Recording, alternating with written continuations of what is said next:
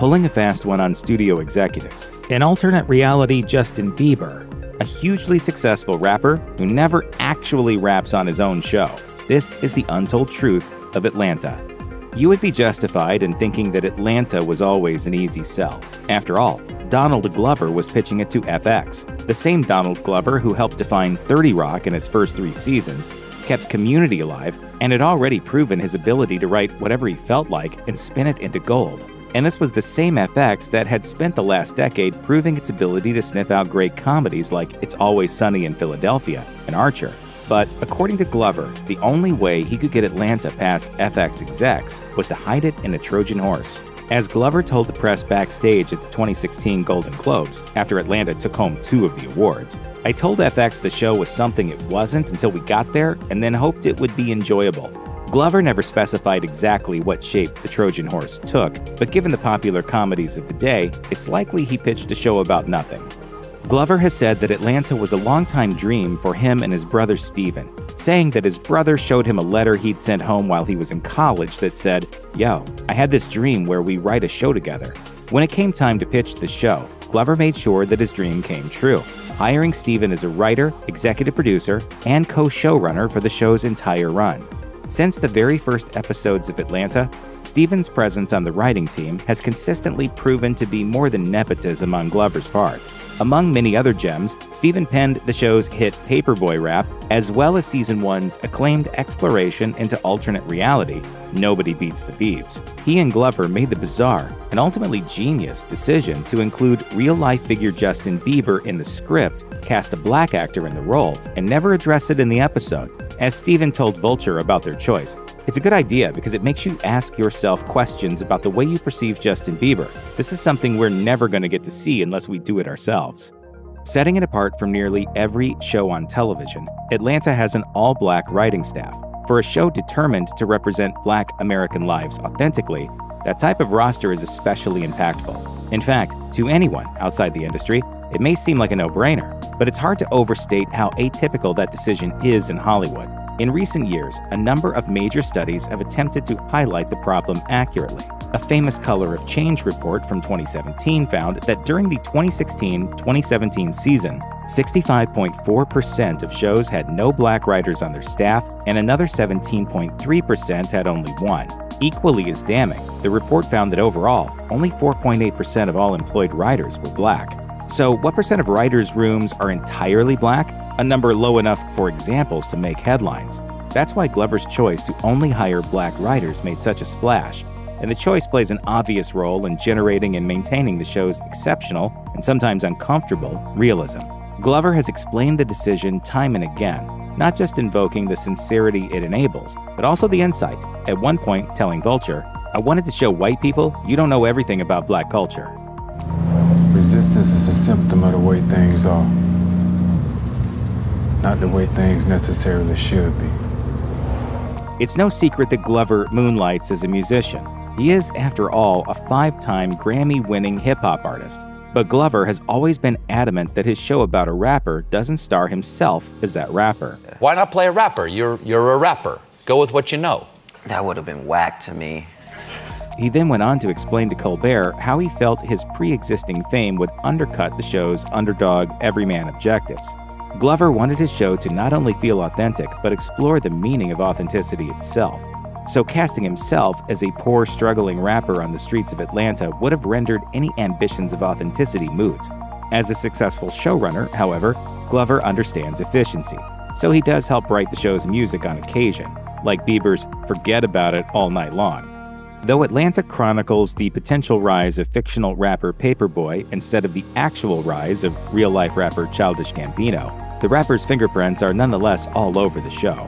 For one thing, the show's score comes from composer Ludwig Göransson, perhaps best known for winning an Academy Award and Grammy for his Black Panther soundtrack, but who also has produced and acted as multi-instrumentalist on every one of Childish Gambino's albums.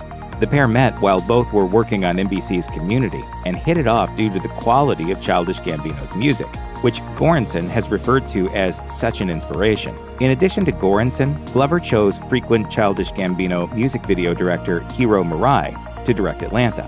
The director, who filmed the videos for some of Gambino's biggest hits, including This Is America, had never actually directed TV before, which Glover found useful. As Glover told Vulture about Marai's unusual background, "I'm really glad, because when I'd ask him, is this normal for a show? He'd be like, I have no idea, I don't know, but that's how we made something personal." In most episodes of Atlanta, it's clear that many of the characters, if not all of them, are high. For some, like Darius, it can act as an important facet of their character or drive their decisions. For others, like Ern or Van, it is just a fact of life, a helpful tool for relieving the stress of life as a working parent who wants more. But the characters of Atlanta aren't the only ones taking the edge off. Its cast and crew are, too. When interviewed by The New Yorker, Glover, who was high during the interview, revealed that in the writer's room and on the set, "We do everything high. The effortless chaos of Atlanta, the moments of enlightenment, followed by an abrupt return to reality, is definitely shaped by weed." When Glover ran the scripts for his pilot episode by FX executives, he was met with a specific pushback that, depending on your experience and outlook, is either inevitable or unbelievable. Execs told him not to use the N-word in the episode, and when Glover disputed the constraint, the execs consented to an odd compromise. You actually said that? Yeah, man, I had to. Cool. Glover resorted to bringing in a seasoned executive producer, Paul Sims, who had gained a reputation among black creators as a white translator, helping explain creators' visions and necessities to execs in a language they can relate to. Eventually, Glover and Sims won out, and Atlanta has since included the word liberally, in a manner that the cast and crew feel is appropriate and accurate. That doesn't stop Glover from recalling the linguistic battle with disbelief, telling The New Yorker that, "I'm black, making a very black show, and they're telling me I can't use the N-word? Only in a world run by white people would that happen." There are few creative teams that have publicly cited a more diverse set of inspirations than the team behind Atlanta. Though perhaps that isn't so surprising, given Glover's famously multifaceted nature and the fact that neither director Marai nor most of the writing staff had ever created TV before. The rawness and quirkiness of the Atlanta crew are apparent, not just in their finished product, but in their influences as well. Marai has cited Louie and Adventure Time as structural inspirations for the show, especially how the latter is very world-based. Sometimes the main characters won't even appear in an episode, and the story will sort of detour with some side character. Glover told press that Season 2 was inspired by the format of Tiny Toon Adventures How I Spent My Summer Vacation. In his Colbert interview, Glover likened Atlanta to Curb Your Enthusiasm for rappers, and has also referred to it as Twin Peaks for rappers. Marai also cited the Coen brothers' ability to deftly balance multiple tones. Glover has cited the albums of Kanye West as inspiration, admitting to lining up his seasons as if they were West's releases. One of the most memorable entries in the Atlanta canon, which is saying a lot in a show where Cat Williams plays an alligator man and characters identify as transracial, is the Season 2 episode Teddy Perkins. The episode sees Darius trapped in a dimly lit, decrepit mansion with an unsettling, vaguely threatening old man. Apparently born black, but now white due to an extraordinary amount of plastic surgery.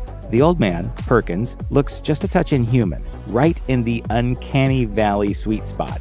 His slow movement and quiet, forced speech bring the episode as close to an actual horror movie as Atlanta had ever ventured up to that point.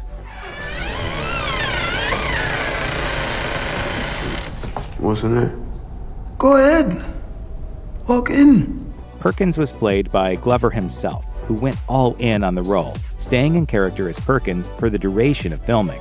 Actor Derek Haywood, who played Perkins' elderly brother, revealed that Perkins' true identity was kept secret, even to fellow actors. He told Vulture, "I was introduced to him the night before at the fitting, but I didn't know it was Donald, and obviously, he didn't want you to know." In 2017, Atlanta won the Golden Globe for Best Television Series, Musical or Comedy, and Glover won for Best Actor in a Television Series, Musical or Comedy.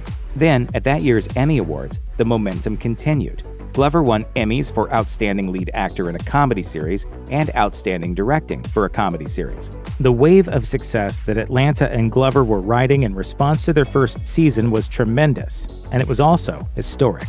Glover's win for directing was the first time a black person had ever won an Emmy for directing comedy of any kind. And as the Los Angeles Times noted, Glover was the first director to win for a show in which they acted since Alan Alda won in 1977. Awards were not the only bragging point for Atlanta, as its pilot set a new viewership record among basic cable comedies, and it managed to maintain the majority of its audience throughout its run. When all its rating success is combined with the Peabody it received for its seamless blend of vibrant character study and rich socio-political commentary, it becomes clear that Atlanta is more than just your average TV show.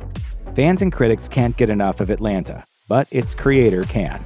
Despite the series' stellar fan following, critical reception, and cultural importance, Glover has repeatedly made it clear that Atlanta won't run for long.